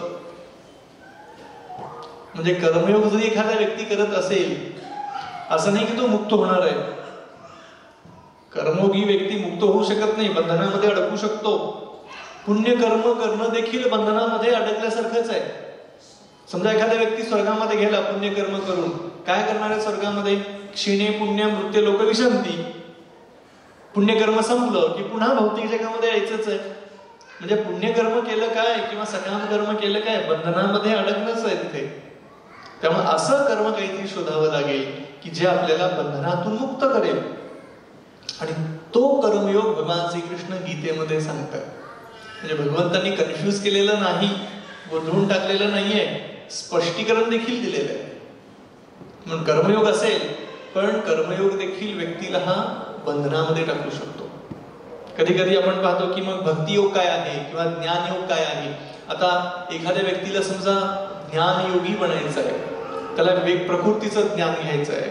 जसं गीतेमध्ये 5 विषयांचा अभ्यास आहे. ईश्वर, जीव, प्रकृती, काळ आणि कर्म, या 5 विषयांचा अभ्यास येतो. आणि जो व्यक्ती ज्ञानयोगी आहे की ज्याला प्रकृतीबद्दल ज्ञान घ्यायचं आहे, ईश्वराबद्दल ज्ञान घ्यायचं आहे, काळाबद्दल ज्ञान घ्यायचं आहे, तो जेव्हा भगवद्गीतेच्या 13व्या, 14व्या, 15व्या, 16व्या अध्यायाचा अभ्यास करतो, बरंच ज्ञान वाटतं. त्याचं ज्ञान आहे त्या ठिकाणी, नाही असं नाहीये, पण तरी भगवंत सारांश रूपाने पुन्हा वर्णन करतायत की या 3ही योग पद्धतीमध्ये सर्वश्रेष्ठ योग पद्धती कोणती आहे. आणि भक्तियोग, आता भक्तियोगाबद्दल तरी काय बोलावं. भक्तियोग हा सर्वश्रेष्ठ आहे हे भगवंतांनी सांगितलंच, म्हणजे प्रश्नच नाहीये. आणि भक्तियोगामध्ये भगवान श्रीकृष्ण जेव्हा वर्णन करतायत 9व्या अध्यायामध्ये 34वा जो श्लोक भगवान श्रीकृष्णांनी सांगितलेला आहे, यामध्ये भक्तियोगाची परिपूर्णता सांगितलेली आहे. म्हणजे 9व्या अध्यायातला आपण 34वा श्लोक जर आज म्हणूया, कारण आज गीता जयंती असल्यामुळे अनेक श्लोक आपण गाऊया. हा 34वा श्लोक देखील खूप सुंदर आहे 9व्या अध्यायातला. माझ्या मागे सर्वजण म्हणा, मन्मना भव मद्भक्तो मध्याजी मां नमस्कुरु मां वैश्यस्य युक्तैत्वा आत्मानं मत्परायण. आपले मन सदैव माझे चिंतन करण्यामध्ये युक्त कर. माझा भक्त हो, मला नमस्कार कर, माझे पूजन कर. माझ्यामध्ये पूर्णपणे रममाण झाल्याने तू निश्चित मला प्राप्त होशील. भक्ती योगाची परिपूर्णता ह्या श्लोकामध्ये सांगण्यात आलेली आहे. मन मना भव मदभक्तो, माझा भक्त बन, माझं चिंतन कर, मला नमस्कार कर, प्रत्येक कार्य करत असताना मला स्मरण कर. म्हणजे पहा, भक्ती योगाची परिपूर्णता इथे सांगितली आहे भगवंतांनी. आणि हा एक श्लोक असा आहे, श्रील प्रभुपादांनी देखील त्यांच्या अनेक प्रवचनांच्या मध्ये हा श्लोक वापरला, मन मना भव मदभक्तो. कारण हा श्लोक भक्ती योगाची परिपूर्णता सांगतो. मग भलेही कर्मयोग आहे, ज्ञानयोग आहे, पण भक्तियोग श्रेष्ठ कसा आहे हे या गीतेमध्ये वर्णन करण्यात आलेलं आहे. म्हणून आपण ज्या प्रश्नाची चर्चा करतोय की कर्मयोग काय आहे, किंवा ज्ञानयोग काय आहे, किंवा भक्तियोग काय आहे, किंवा गीतेचा उद्देश काय, की एक सामान्य मनुष्याला मार्गदर्शक पुस्तिका आहे आणि या मार्गदर्शक पुस्तिकेमध्ये कोणता योग सर्वश्रेष्ठ आहे ते वर्णन करण्यात आलेलं आहे. कोणी असा प्रश्न विचारेल ना की जर भगवंतांना भक्तियोग सांगायचाच होता, मग कशाला कर्म सांगितलं, कशाला ज्ञान सांगितलं, का उगीच तो योग सांगितला 6व्या अध्यायामध्ये, योग नियम आसन प्राणायाम प्रत्याहार धारणा ध्यान समाधी का सांगितलं. कधी प्रश्न येऊ शकतो आपल्या मनामध्ये असा की थेट सांगायचं ना, मन मना भव बघतो मध्याजिमा नमस्करू, संपला विषय. पण जर आपण पहिल्या अध्यायापासून ते 18व्या अध्यायापर्यंत जर बघू, सुरुवातीला म्हणतात कर्म कर, म्हणतात मग ज्ञान घे, मग म्हणतात ध्यान कर, आणि मग नंतर म्हणतात भक्ती योग कर. आणि हे सगळं झाल्यानंतर भगवंतांनी सारांश दिलेलं आहे, असं नाही की भगवंतांनी गोंधळात टाकलेलं आहे. मग असे भगवंतांनी वेगवेगळे पर्याय का सुचवले, त्याचं उत्तर असं आहे, या जगामध्ये, या भौतिक जगामध्ये असे काही लोक असणार आहेत की जे शुद्ध भक्तीकडे थेट वळणारे नाही आहेत. काही जण असे असतील की त्यांना कर्मयोग आवडेल, काही जण असे असतील की त्यांना ध्यानयोग आवडेल, काही जण असे असतील की त्यांना ज्ञानयोग आवडेल. अशा सगळ्या लोकांना काही ना काही एक मार्ग दाखवण्यासाठी भगवंतांनी वेगवेगळ्या पद्धती या सांगितलेल्या आहेत. म्हणजे भगवंतांनी काय केलेलं या ठिकाणी, कोणाला असं उपाशी सोडलेलं नाहीये, प्रत्येकाने काही ना काही देऊन सोडलेलं आहे. कोणाला कर्म हवाय, ठीक आहे घे कर्म, कोणाला ज्ञान हवाय, ठीक आहे घे ज्ञान, कोणाला योग हवाय घे योग. पण या सगळ्यांच्या मध्ये सर्वश्रेष्ठ काय आहे भगवंतांनी सांगून तिथे पूर्णविराम दिलेला आहे, अर्धवट ठेवलेलं नाही. आणि अशा पद्धतीने जर ह्या गीतेचा आपण अभ्यास करू तर निश्चित ही गीता आपल्याला खूप चांगलं मार्गदर्शन करते. म्हणून गीतेमध्ये 700 श्लोक आहेत आणि या श्लोकांची जर आपण वर्गवारी बघितली किंवा जर श्लोकांचा आपण अभ्यास केला, अशा अनेक श्लोक आहेत की आपल्या जीवनातल्या येणाऱ्या समस्या दूर करतात, निश्चित दूर करतात. आपल्या जीवनाच्या समस्या येत असतात ना, त्या समस्यातून हे श्लोक आपल्याला बाहेर काढू शकतात. म्हणून मी फक्त 3 समस्या घेतो आपल्या जीवनातल्या, वेळ तसा कमी आहे, आणि या 3 समस्या हे गीतेतील श्लोक कसे सोडवतात ते आपण पाहूया. पहिली आपल्या जीवनातली समस्या कोणती आहे माहिती का, आपल्या सगळ्यांच्या जीवनामध्ये आहे, कोणती असू शकेल, कोणी सांगेल मला एखादी आपल्या जीवनातली समस्या. हा, जन्म मृत्यू जरा व्याधी, निश्चित ती चांगलीच समस्या आहे. अनेक समस्या, त्यातील पहिली समस्या जी आपल्याला त्रास देते, क्रोध आहे की नाही. असं कोणी ते आहे का, मला कधी क्रोध येतच नाही, कोणी म्हणतं असं नाही. प्रत्येकाला क्रोध हा येतोच. आणि भगवान श्रीकृष्णांनी भगवद्गीतेच्या 2ऱ्या अध्यायामध्ये 56व्या श्लोकामध्ये हे वर्णन केलेलं आहे. ज्या व्यक्तीला क्रोधातून मुक्त व्हायचंय त्यांनी काय करायचं पहा. श्लोक म्हणूया आपण सर्वजण. दुःखेषु अनुद्विग्न मना सुखेषु विगत स्पृहा वीतराग भय क्रोधः स्थित इथं धीर मुनी उच्चते, जो त्रिविध तापांनीही मनामध्ये विचलित होत नाही किंवा सुखामध्ये हर्षोल्लासित होत नाही, जो आसक्ती, भय आणि क्रोध यातून मुक्त झाला आहे, त्याला स्थिर मुनी झालेला आहे असं समजावं, किंवा स्थिर बुद्धीचा व्यक्ती असा आहे समजावं. म्हणून क्रोधावर, या क्रोधाच्या समस्येतून जर बाहेर यायचं असेल, श्रीकृष्णाने आपल्याला सांगितलेलं आहे, स्थिर बुद्धीचा व्यक्ती बन. काय म्हणतात तिथे, दुखेशु अनिमिलित मनात सुखेशु विगत स्पृहा. दुःख आलं म्हणून रडत बसू नकोस, किंवा सुख आलं म्हणून उगीच उड्या मारू नकोस की मी किती सुखी झालो, मी किती आनंदी झालो. काय म्हणतायत, आहे त्या परिस्थितीमध्ये समाधानी राहण्याचा प्रयत्न कर. वीत, राग, भय, क्रोध हा, की या सगळ्या परिस्थितीमध्ये समभाव ठेव, स्थिर बुद्धी ठेव, म्हणजे तुला कोणताही त्रास होणार नाही. आणि होतं काय, जेव्हा आपल्या जीवनामध्ये क्रोध येतो, तो क्रोध वाढतो कसा याच्यावरतीच आपण लक्ष केंद्रित केलेलं असतं. एखाद्या व्यक्ती एखाद्या काहीतरी वाक्य बोलते, आपण दुसरं बोलतो, आणि त्यामुळे आणखीन क्रोध वाढत जातो, क्रोध वाढत जातो. कमी कसा होणार हे आपण विचार करतच नाही. म्हणून गीता आपल्याला मदत करते. काय सांगते, स्थिर बुद्धीचा व्यक्ती म्हणा. कसं म्हणा, सुख दुःख यामध्ये शांत राहण्याचा प्रयत्न करा. या गोष्टी येणारच आहे. जसं आपण जो सुरुवातीचा श्लोक घेतला, मात्रा स्पर्शस्त कौंतेय शीतोष्ण सुख दुःखता. जीवनामध्ये सुख दुःख ही उन्हाळा आणि हिवाळा येण्या जाण्यासारखी आहे. असं काही आहे का हिवाळा कायमस्वरूपीच राहतो, उन्हाळा कायमस्वरूपी नाही. तसं जीवनामध्ये दुःख आली म्हणून ती कायमस्वरूपी राहणार नाहीये, काही काळासाठी असतील, निघून जातील. दुःख आलं म्हणून रडत बसायचं नाही, आणि सुख आलं म्हणून उड्या पण मारायचं नाही, हे पण सांगितलेलं आहे. कारण सुख देखील निघून जाणार आहे या भौतिक काळाच्या प्रभावामध्ये. म्हणून सुख आलं म्हणून जास्ती हर्षोल्लासित व्हायचं नाही की मी किती सुखी आहे, मी किती आनंदी आहे. जसं एक व्यक्ती होता, एक मुलगा होता, एका सायकलीवरून जात होता. आजकाल माहितीये, सायकल किंवा गाडी चालवायला आली की सगळ्यात मोठा आनंद काय असतो, की हात सोडणं, हँडलचे हात सोडणं, आनंद असतो तिची गाडी चालवणं किंवा सायकल चालवणं. आणि एक मुलगा असाच होता, तर सायकल चालवत होता. गाडीचे दिवस यायचे होते तेव्हा अजून.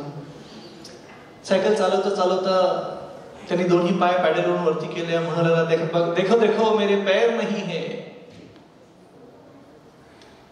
तशी सायकल पुढे गेली, दोन्ही हात सोडले आणि म्हणाला की देखो देखो मेरे हात भी नहीं है.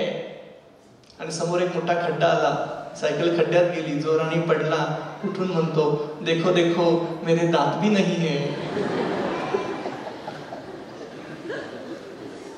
तसं या जगामध्ये सुख जरी आलं ना, की हे सुख असं टिकून राहणार नाहीये, संपणार आहे. दुःख जरी आलं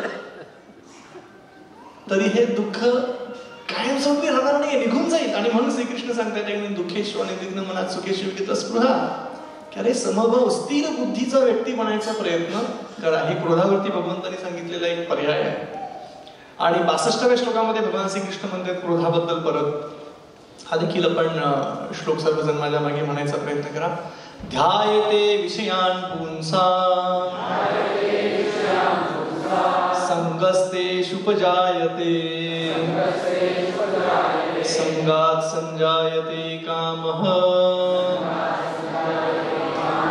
कामात् क्रोधो विजायते.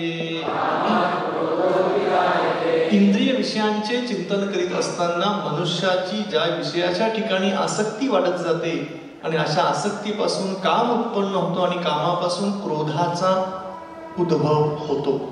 हे देखील वर्णन भगवान श्रीकृष्णाने गीतेमध्ये केलेलं आहे. क्रोध कसा वाढतो, ध्यायते विषयान पुंसा. एखाद्या विषयावर जर आपण चिंतन वाढवलं आणि त्या विषयावरती जर आसक्ती वाढली आणि तो जर विषय आपल्याला मिळाला नाही तर क्रोध वाढतो. हे कशामुळे होतं, एखाद्या विषयावर चिंतन करत गेल्यामुळे. पण आसक्ती वाढते आणि आसक्ती वाढल्यानंतर ती जर गोष्ट आपल्याला मिळाली नाही, क्रोध येतो. आणि म्हणून भगवान श्रीकृष्ण काय सांगतात आपल्याला, की निरासक्त राहा. एखादी गोष्ट मिळाली अथवा नाही मिळाली, निरासक्त राहण्याचा प्रयत्न करा, म्हणजे क्रोधातून तुम्ही पूर्णपणे मुक्त व्हाल. ही झाली क्रोधाची समस्या. दुसरं आहे, आपल्या प्रत्येकाच्या मनामध्ये द्वेष असतो, त्याला आपण एन्व्ही म्हणतो. इतरांच्या बद्दल द्वेष हा असतोच. मी या द्वेषाबद्दल देखील भगवान श्रीकृष्णांनी दुसऱ्या अध्यायामध्ये वर्णन केलेलं आहे की हा द्वेष आपण कसा कमी करू शकतो हृदयातला. दुसऱ्या अध्यायातील हा 13वा आणि 14वा श्लोक आहे. आपण म्हणूया, देहिनोऽस्मिन् यथा देहे कौमारं यौवनं जरा तथा देहांतर प्राप्ति धीरस्तत्र न मुह्यते. ज्याप्रमाणे देहधारी आत्मा अविरतपणे या देहातून बालपणात, बालपणातून तारुण्यात, तारुण्यातून म्हातारपणात जातो, त्याचप्रमाणे मृत्यूनंतर जीवात्मा एका शरीरातून दुसऱ्या शरीरामध्ये प्रवेश करतो. मग उगीच इतरांच्या बद्दल द्वेष कशाला ठेवायचा आहे? द्वेष असतो प्रचंड मनामध्ये, की हा द्वेष ठेवायचा कशाला? की जर हे शरीर बदलत जाणार आहे, शरीर बालपणातून तारुण्यात जाणार आहे, तारुण्यातून वृद्धापकाळात जाणार आहे, वृद्धापकाळामध्ये शरीर मरणार आहे, आत्मा दुसऱ्या शरीरामध्ये प्रवेश करणार आहे. मग उगीच त्या व्यक्तीबद्दल, त्या शरीराबद्दल द्वेष का ठेवायचा आपण? हे भगवंतांनी वर्णन केलेलं आहे. आणि 14व्या श्लोकामध्ये देखील म्हणतात की जो आपण मगाशी घेतला, मात्रा स्पर्शस्तु कौंतेय. एखाद्या व्यक्तीमुळे जर आपल्या जीवनामध्ये दुःख येत असेल तर त्या व्यक्तीच्या बद्दल आपण द्वेष करतो. एका व्यक्तीबद्दल जर आपल्या जीवनामध्ये दुःख येत असेल तर त्या व्यक्तीबद्दल आपण द्वेष करतो. पण कृष्ण काय म्हणतात, मात्रा स्पर्शस्तु कौंतेय, की अरे कौंतेय सोडून दे, विसरून जा. ही दुःख आयुष्यभर तुझ्या मागे राहणारी नाहीयेत, निघून जातील. का उगीच द्वेष करतोस त्या व्यक्तीचा? तर अशा पद्धतीने द्वेषाबद्दल देखील भगवान श्रीकृष्णांनी या ठिकाणी अर्जुनाला मार्गदर्शन केलेलं आहे. आणि अजून एक समस्या जी आपल्या प्रत्येकाच्या जीवनामध्ये असते, ही तशी समस्या आहे प्रत्येकाच्या मध्ये. कधी कधी म्हणतो ना, काही होप्सच नाही राहिले जीवनामध्ये, म्हणतो ना आपण, ज्याला इंग्लिशमध्ये म्हटलेलं लुझिंग होप किंवा लुझिंग होप्स. जीवन जगायची इच्छाच राहत नाही काही. का बरं? अनेक त्रास, अनेक समस्या. शिक्षण झालेलं असतं, नोकरी नाही मिळत, नोकरी मिळाली, चांगला पगार नाही मिळत, अनेक समस्या असतात जीवनामध्ये. म्हणजे कधी कधी जीवन जगायची इच्छाच निघून जाते, होप्स सगळे निघून जातात. पण भगवान श्रीकृष्ण आपल्या सगळ्यांना इच्छा देत आहेत, होप्स देत आहेत. तो श्लोक गीतेमध्ये आहे, येथा मां प्रपद्यन्ते तांस्ततैव भजाम्यहम् मम वर्त्मानुवर्तन्ते मनुष्या पार्थ सर्वशः. जे ज्या भावाने मला शरण येतात त्याला अनुरूप असे मी फळ देतोच. पहा किती मोठा होप भगवंताने आपल्याला दिलेला आहे. किती मोठी इच्छाशक्ती भगवंत हृदयात निर्माण करतात. ते म्हणाले, अरे असा तू होपलेस होऊ नकोस, इच्छा धर, मी तुला मदत करेन. काय? ए यथा मां प्रपद्यन्ते, तू ज्या भावनेने माझ्याकडे येशील ना, तुला मी निश्चित फळ देणारच. मग फक्त आपल्याला असं जीवनातले होप सोडून द्यायचे नाहीये. भगवान श्रीकृष्ण आपल्याला मदत करतायत की आपण जीवनामध्ये दृढतेने जीवन जगू, काहीतरी कार्य करूया. ए यथा मां प्रपद्यन्ते तांस्ततैव भजाम्यहम्. आणि पुढे याच विषयाशी अनुरूप आणखीन भगवान श्रीकृष्ण 9व्या अध्यायामध्ये देखील वर्णन करतायत. 22व्या श्लोकामध्ये, या श्लोकामध्ये तरी भगवंतांनी इतका दृढ विश्वास आपल्याला दिलेला आहे की आपण कधीही होपलेस व्हायचं नाही. की आपल्या म्हणजे असं एकदम नैराश्य अवस्थेमध्ये जाण्याची आवश्यकताच नाहीये की मी जीवनामध्ये काहीही करू शकलो नाही, ही भावना मनामध्ये आणायचीच नाही. पहा किती सुंदर भगवान श्रीकृष्ण वर्णन करतात. अनन्य चिंतयन्तो मां ये जन पर्युपासते तेषां नित्यभियुक्तानां योगक्षेमं वहाम्यहम्. जे लोक अनन्य भक्तिभावाने माझ्या दिव्य स्वरूपाचे चिंतन करीत माझी उपासना करतात, त्यांच्या गरजा मी पूर्ण करीन, त्यांच्याकडे जे काही आहे ते रक्षण करीन. पहा काय भगवंतांनी सुंदर वर्णन केलेलं आहे इथे. आणि आपण उगीच रडत बसतो, मला हे नाही मिळालं, मला ते नाही मिळालं, माझ्याकडे हे नाहीये, माझ्याकडे ते नाहीये. काय म्हणतात भगवंत, अरे काळजी करू नकोस, रडत बसू नकोस. अनन्य चिंतयन्तो मां, निश्चिंत भावनेने माझी भक्ती करत राहा. तुझ्याकडे जे आहे ते मी रक्षण करेन, जे नाही ते मी तुला पुरवेन. आपण उगीच रडत बसतो, माझ्याकडे ऍपल नाही, माझ्याकडे हा नाही, माझ्याकडे ते नाहीये. जर श्रीकृष्णांच्या दृढ सेवेमध्ये आपण जर राहू, सगळं मिळत जाईल. मिळणार नाही असं नाहीये, पण दृढतेने राहणं गरजेचं आहे. म्हणजे जे 3 समस्या आपण पाहतोय, क्रोध, अँगर, एन्व्ही, द्वेष, लुझिंग होप, किंवा जीवनातली कधी कधी इच्छाशक्ती निघून जाते, या सगळ्याच्या अशा अनेक समस्यांची उत्तरं या गीतेमध्ये दिलेली आहेत. आणि म्हणून या गीतेचा अभ्यास करणं हे फार गरजेचं आहे. आणि यासाठी भगवान श्रीकृष्णांनी आपल्याला ही जी भगवद्गीता सांगितलेली आहे, निश्चित आहे की या भगवद्गीतेमध्ये काही जण म्हणतात की भगवद्गीता ही केवळ धर्माबद्दल वर्णन करते. आता मला सांगा, क्रोध, द्वेष किंवा इच्छाशक्ती, ह्या सगळ्या गोष्टी, ह्याला काही धर्माचा संबंध आहे का? कुठल्या धर्माचा संबंध आहे का? असं आहे का की एक पर्टिक्युलर धर्माचाच व्यक्ती क्रोधित होतो आणि दुसरा होत नाही, असं काही आहे का? नाही. मनुष्य म्हणजे क्रोध त्याच्यामध्ये येणारच, मनुष्य म्हणजे द्वेष करणारच, मनुष्य म्हणजे नैराश्यामध्ये जाणारच. आणि या सगळ्यासाठी गीता मदत करते. आणि म्हणून ह्या गीतेचा अभ्यास करणं गरजेचं आहे की जी गीता परंपरेतून अधिकृतरित्या आलेली आहे. आणि आज आपल्या सर्वांचं सौभाग्य आहे, एसी भक्ती वेदांत स्वामी श्रील प्रभुपाद ज्यांनी या इस्कॉन संस्थेची स्थापना केली. आणि या इस्कॉन संस्थेची स्थापना करून जगभरामध्ये ज्यांच्या भगवद्गीतेच्या लाखो प्रती लोकांच्या पर्यंत गेलेल्या आहेत, घराघरामध्ये गेलेल्या आहेत. आणि त्या गीतेचं वाचन करून लोकांचं हृदय परिवर्तन झालेलं आहे. आणि ही भगवद्गीता या स्वामी प्रभुपादांनी लिहिलेली आहे. आणि ही भगवद्गीता कशी लिहिलेली आहे? परंपरेतून लिहिलेली आहे. म्हणून आज एक कथा मला सांगितल्याशिवाय राहणार नाहीये की ही भगवद्गीता श्रील प्रभुपादांनी कशी लिहिलेली आहे. 1965चा काळ होता की जेव्हा श्रील प्रभुपाद अमेरिकेमध्ये भगवद्गीतेचा प्रचार करायला गेलेले आहेत. भगवद्गीता त्यांची लिहून झालेली आहे, मॅन्युस्क्रिप्ट तयार आहे.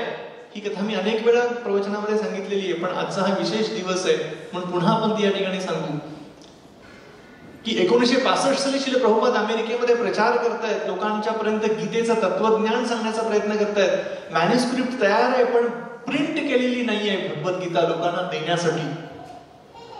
आणि आपल्या काही शिष्यांना श्रील प्रभुपादांनी सांगितलं की अरे पहा, प्रयत्न करा की भगवद्गीता कुठे छापता येईल का. 1966 काळ निघून गेला. 1967 साली ब्रह्मानंद नावाचे एक प्रभुपादांचे शिष्य, प्रभुपाद त्यांना म्हणाले की ब्रह्मानंद, मी तुला जबाबदारी देतोय की तू काहीही करून ही भगवद्गीता छापून आणणं गरजेचं आहे. न्यूयॉर्क मधली ही घटना आहे. प्रभुपाद न्यूयॉर्क मध्ये होते तेव्हा. आणि ब्रह्मानंद प्रभू विचार करू लागले की माझ्यापेक्षा अनेक असे जे महान भक्तांनी प्रयत्न केला भगवद्गीता छापण्यासाठी, पण कोणीही मदत केलेली नाहीये. मी साधारण व्यक्ती काय करणार? मला छपाईचं काही ज्ञान देखील नाहीये. कसं छपाई करावं, काय करायचं ज्ञान देखील मला नाहीये. मी काय करू शकणार? तेव्हा ब्रह्मानंद प्रभू असे विचार करत होते. पण प्रभुपाद म्हणाले तू प्रयत्न कर, यशस्वी होशील. आणि ब्रह्मानंद प्रभूंनी प्रभुपादांचे आशीर्वाद घेऊन प्रयत्न करायचा तो प्रयत्न केला. त्यावेळी अमेरिकेमध्ये श्रील प्रभुपादांच्या आवाजातील एक भजनाची फीत, ज्याचं नाव, एक अल्बम होता ज्याचं नाव होतं हॅपनिंग. हा अल्बम फार प्रसिद्ध झालेला होता. आणि अनेक अमेरिकेमध्ये, अनेक वेगवेगळ्या देशांमध्ये म्हणा किंवा शहरामध्ये तो अल्बम अतिशय प्रसिद्ध झालेला होता. आणि एकदा न्यूयॉर्कमध्ये ज्या ठिकाणी प्रभुपाद राहत होते, जिथे ब्रह्मानंद प्रभू राहत होते, त्या ठिकाणी त्यांना एक पत्र आलं. ते पत्र होतं मॅकमिलन कंपनीचं. आणि त्या पत्रामध्ये लिहिलेलं होतं की आम्हाला तुमचा जो हॅपनिंग हा अल्बम आहे भजनाचा, तो काही पण करून तुम्ही आमच्यापर्यंत पोहोचवा. आणि हे पत्र ब्रह्मानंद प्रभूंच्या हातामध्ये मिळालेलं होतं. ब्रह्मानंद प्रभूंनी पत्ता वाचला, त्यावर लिहिलेलं होतं की मॅकमिलन कंपनी, न्यूयॉर्कमध्ये 56 एव्हेन्यू या ठिकाणी त्यांचं ऑफिस होतं. त्या ठिकाणी त्यांची प्रिंटिंग प्रेस होती. आणि जेव्हा ब्रह्मानंद प्रभूंनी मॅकमिलन हे नाव वाचलं, ते अतिशय आनंदी झाले, उड्या मारू लागले ते. म्हणजे ही पाश्चात्य देशातली आध्यात्मिक ग्रंथांचं छपाई करणारी सर्वात मोठी कंपनी होती. आणि ते पत्र घेऊन प्रभुपादांच्याकडे गेले. म्हणाले प्रभुपाद पहा, आज पत्र कुठून आलेलं आहे. या छपाई करणाऱ्या कंपनीकडून आलेले की त्यांना आपला अल्बम हवा आहे. प्रभुपादांना देखील फार आनंद झाला. प्रभुपाद म्हणाले, हे बघ, हा अल्बम तू पोस्टाने पाठवू नकोस, तू स्वतः उद्या हातामध्ये तो घेऊन जा आणि त्यांना देऊ नये.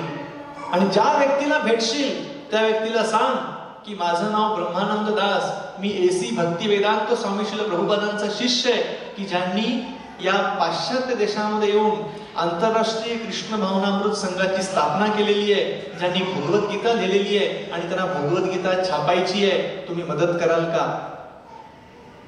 ब्रह्मानंद पूर्ण फार आनंद झाला. दुसऱ्या दिवशी लगेच ते अतिशय सूट बूट टॉय घालून तयार झाले, कारण मॅकमिलन कंपनीमध्ये जायचं होतं, मोठ्या कंपनीमध्ये. हातामध्ये तो अल्बम घेतला, अतिशय आनंदाने रस्ते शोधत शोधत 56 एव्हेन्यू पर्यंत ते पोहोचले. न्यूयॉर्कमध्ये जवळजवळ 4थ्या मजल्यावरती ते ऑफिस होतं. त्या ऑफिसमध्ये गेले. रिसेप्शनिस्ट त्या ठिकाणी वाट बघतच होती की कोणीतरी येईल आणि आपल्याला अल्बम तो देईल. आणि मग ते गेले रिसेप्शनिस्टकडे, म्हणाले की मी असं असं इस्कॉन मधून आलेलो आहे, तुमचं पत्र आलेलं होतं आणि हा अल्बम मी घेऊन आलेलो आहे. तर रिसेप्शनिस्टनी एका क्लर्कला बोलावलं आणि सांगितलं की तुम्ही जे मागवलेला होता अल्बम तो आलेला आहे आणि तुम्ही घेऊन जा. ब्रह्मानंदच्या मनामध्ये विचारायला की अरे, मला या ठिकाणी कुठल्या मोठ्या व्यक्तीला भेटता येत नाहीये, आता साधारण क्लर्क आहे, हा काय मदत करेल आपल्याला.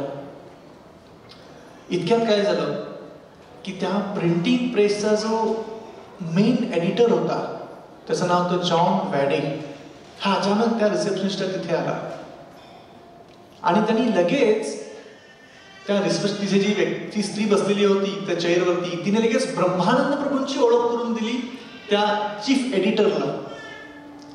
तर ती सांगू लागली की हे ब्रह्मानंद दास आहेत, इस्कॉन मधून आलेले आहेत. आणि ब्रह्मानंद पूर्ण ती म्हणाली की हे आमचे चीफ एडिटर आहेत आमच्या या कंपनीचे, यांचं नाव आहे जॉन वॅडे. आणि ब्रह्मानंद पूर्ण इतका आनंद झाला की चीफ एडिटर मॅकमिलन कंपनीचा त्यांच्या समोर उभारलेला होता. आणि प्रभुपादांनी सांगितलेली ती वाक्य त्यांच्या डोकीमध्ये अशी घुमू लागली आणि एका सरळ वाक्यामध्ये ते म्हणाले, माझं नाव ब्रह्मानंद दास, मी AC भक्ती वेदांत स्वामी श्रील प्रभुपादांचा शिष्य आहे, ज्यांनी इस्कॉनची संस्थेची स्थापना केलेली आहे, ज्यांना भगवद्गीतेचा प्रचार करायचा आहे, त्यांनी भगवद्गीता लिहिलेली आहे आणि पण त्यांना भगवद्गीता छापायची आहे.